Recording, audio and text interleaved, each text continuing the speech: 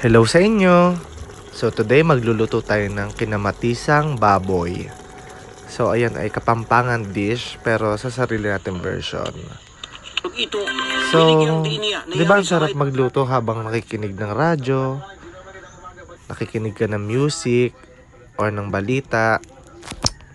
So ayan ang ating morning routine. Magpapainit muna tayo ng tubig, then mangunguha tayo ng ating mga sariling gulay. Diba? Pag may itinanim, meron kang aanihin. So yan, linisan muna natin itong ating gagamiting baboy at saka yung isda, and then itong mga pinanguha nating gulay. At pagkatapos nyan, syempre, i-prepare na natin ang ating mga gagamitin. Ayan, naghiwa tayo dito ng baboy, nagbala tayo ng sibuyas at saka ng bawang at luya. Yan ang mga gagamitin natin. At syempre, ang kamatis. Madaming kamatis, mas masarap. So ngayon naman, igigisa muna natin itong ating baboy hanggang sa lumabas yung kanyang mantika, 'di ba? Yung sarili niyang mantika, 'yan ang magpapasarap diyan. Saka naman natin igigisa itong ating luya. Igisa-gisa lang natin 'yan diyan, and then yung ating sibuyas na Tagalog at saka bawang. Yan, igisa-gisa lang natin hanggang sa golden brown ang ating mga sangkap. At kapag nangangamoy-ngamoy na yan, ay ating isa-set aside muna natin yung ating iginisang baboy. At kapag na-set aside na natin, ay saka naman natin igigisa ang ating maraming kamatis. So, depende na yan sa inyo kung gaano karami ang gusto ninyo. Pero, since ito ay kinamatisang baboy, mas masarap kung madami. So, ibinalik na natin ang ating nagisang baboy at imimix natin lang sila together. Maglagay lang tayo ng konting paminta at saka patis na pampalasa at haluin lang natin.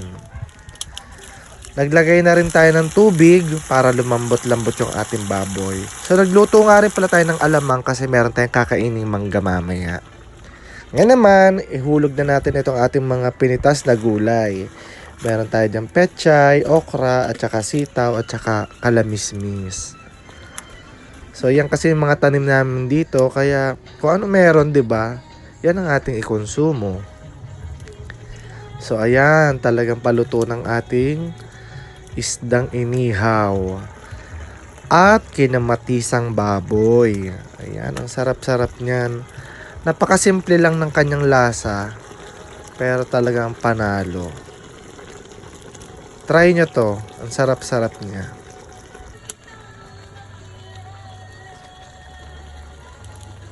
Ganon lang ang buhay sa probinsya. Pag meron kang itinanim, meron kang aanihin.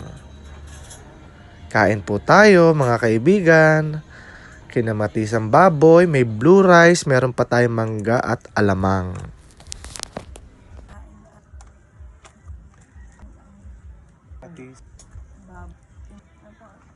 Kain po tayo, kinamatisang baboy. Meron tayong yellowfin tuna inihaw. Saka mangga na may alamang. Ayan.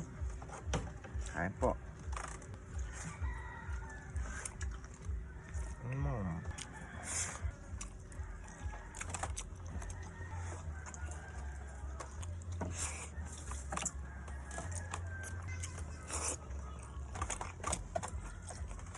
Ka din ba mama may ano?